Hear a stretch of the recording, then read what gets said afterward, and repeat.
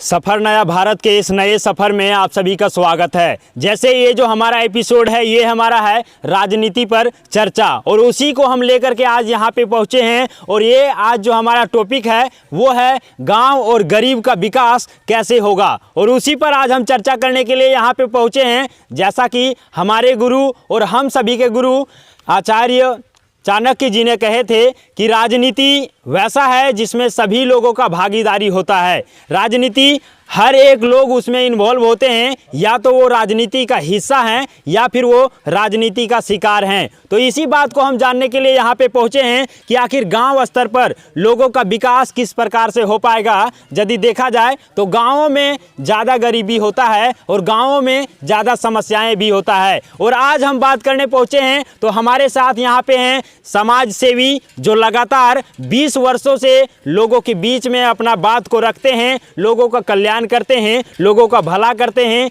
समाज सेवी हैं और साथ ही साथ वैसे लोगों के बीच में अपना समय व्यतीत करते हैं जो गांव से और गरीबी से जूझते हुए आ रहे हैं। तो सर, सफ़र नया भारत में आपका पहले तो स्वागत है। बहुत बहुत धन्यवाद आनंद जी। और मैं सबसे पहले अपना परिचय बता देता हूँ। मैं प्रमोद गुप्ता केंदुआ पंचायत से हूँ, मनकडिहा गांव से। और वैसे मैं प्रखंड में हमेशा रहता हूँ। समाज सेवा से मैं लगभग 20 साल से जुड़ा हुआ हूँ। बचपन में भी मैं तरुण सेवा संघ में अपना भागीदारी निभाया हूँ।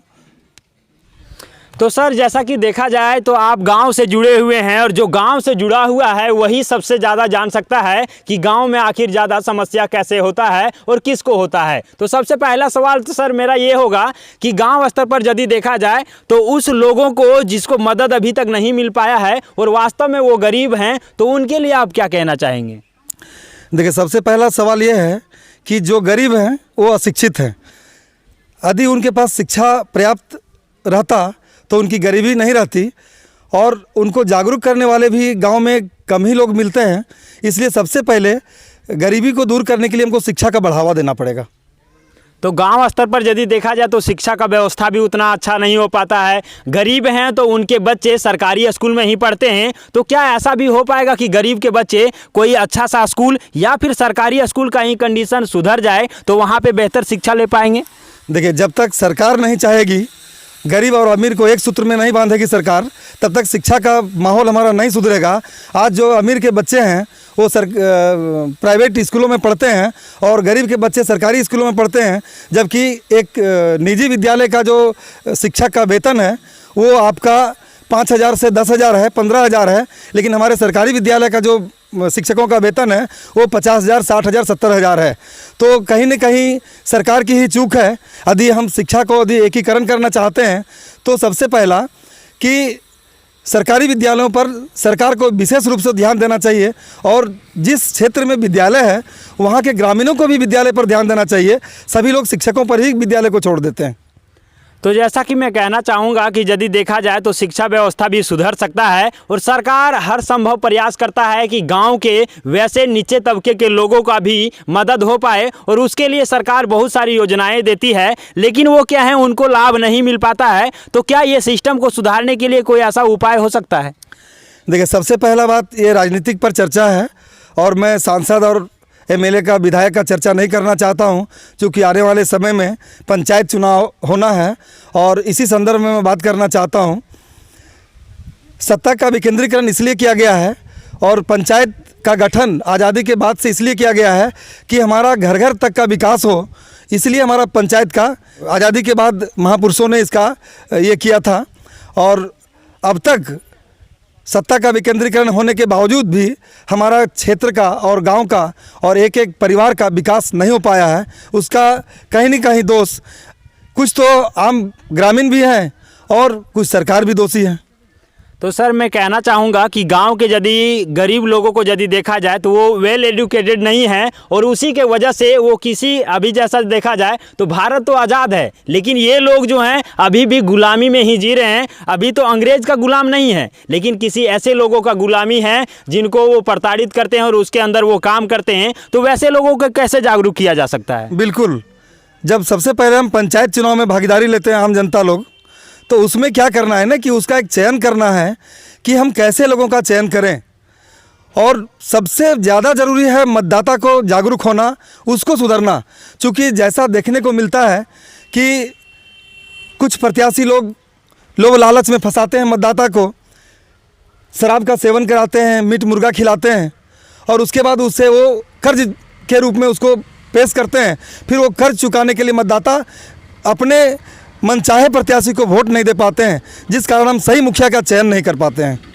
इसीलिए कहते हैं कि 5 साल यदि आप अच्छे तरीके से एक अच्छे राजनेता को चुन लेते हैं तो 5 साल में गांव का विकास यदि देखा जाए तो बहुत बेहतरीन तरीके से हो सकता है। लेकिन कुछ पैसे के लालच में, कुछ खान पान के लालच में लोग अपना सही चयन नहीं कर पाते हैं और गलत लोगों को वोट दे देते हैं और वही कुछ पैसे को लेकर के वो वोट करते हैं और फिर 5 साल उसी से चूसा जाता है, उसी को दबोचा जाता है और उसी को लूटा भी जाता है। इसीलिए अच्छे व्यक्ति को, अच्छे उम्मीदवार का चयन करना बहुत ज़रूरी है। इस विषय पर सर क्या कहेंगे?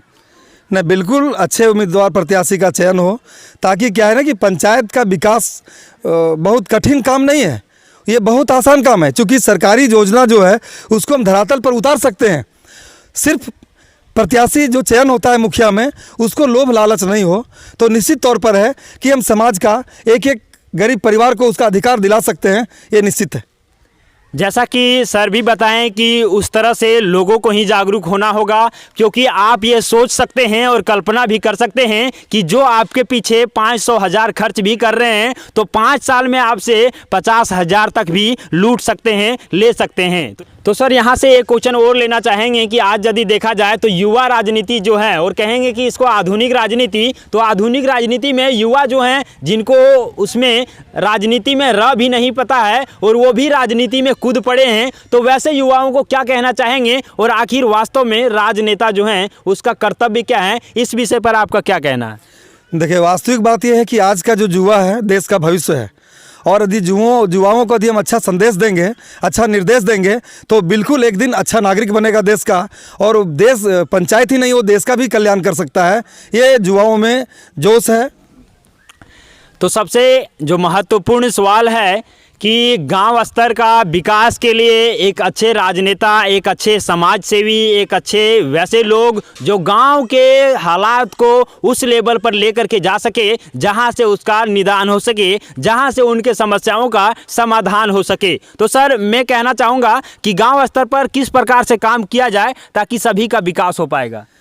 देखिए, गांव स्तर पर विकास करने के लिए सबसे पहला बात यहाँ क्या है कि गाँव का पैसा, गरीबों का पैसा बहुत ज़्यादा बर्बाद होता है। और बर्बाद होता है क्या क्या चीज़ में समझ लीजिए। ये बहुत सारे लोग हैं शराब का सेवन करते हैं, ये 100% सोचिए उनका पैसा का दुरुपयोग होता है। और यदि विवाद को देखा जाए तो पूरा देश में जितना विवाद गांव में है उतना शहर में नहीं है।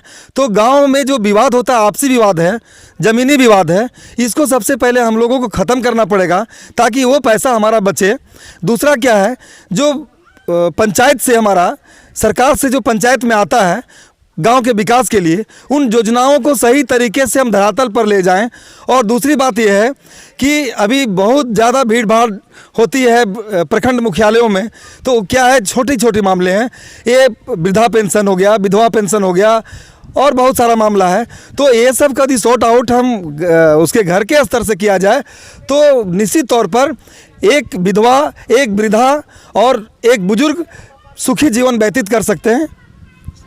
तो जैसा कि आपने सुना कि यहाँ से यदि देखा जाए तो गांव स्तर पर सारे लोगों को जागरूक होने की ज़रूरत है। सिर्फ घर के गार्जियन ही जागरूक हो जाएं और उसके घर के परिवार के लोग नहीं होंगे तो फिर भी दिक्कत है। यहाँ से हर एक नागरिक जो गांव स्तर से बिलोंग करते हैं, गांव से गुजरते हैं, उन सभी को भी जागरूक होना होगा और अपने हक के लिए आगे बढ़ना होगा, तभी कुछ हो पाएगा। जैसा कि सर ने भी बताया कि गाँव स्तर पर तभी विकास हो सकता है जब एक अच्छे राजनेता उभर करके गाँव के प्रधान बनेंगे, गांव का सेवा करने का संकल्प उनके मन में होगा, तभी हमारे गांव और गरीब का विकास हो पाएगा। तो इसीलिए मैं ज़्यादा कुछ नहीं कहूँगा। आज के इस राजनीति पर चर्चा में हमने बात किया कि आखिर गरीब लोगों को जागरूक करने के लिए क्या करना होगा, और यदि गरीब लोग भी जागरूक हो जाएंगे तो गांव और गरीब का विकास बेहतरीन तरीके से हो पाएगा।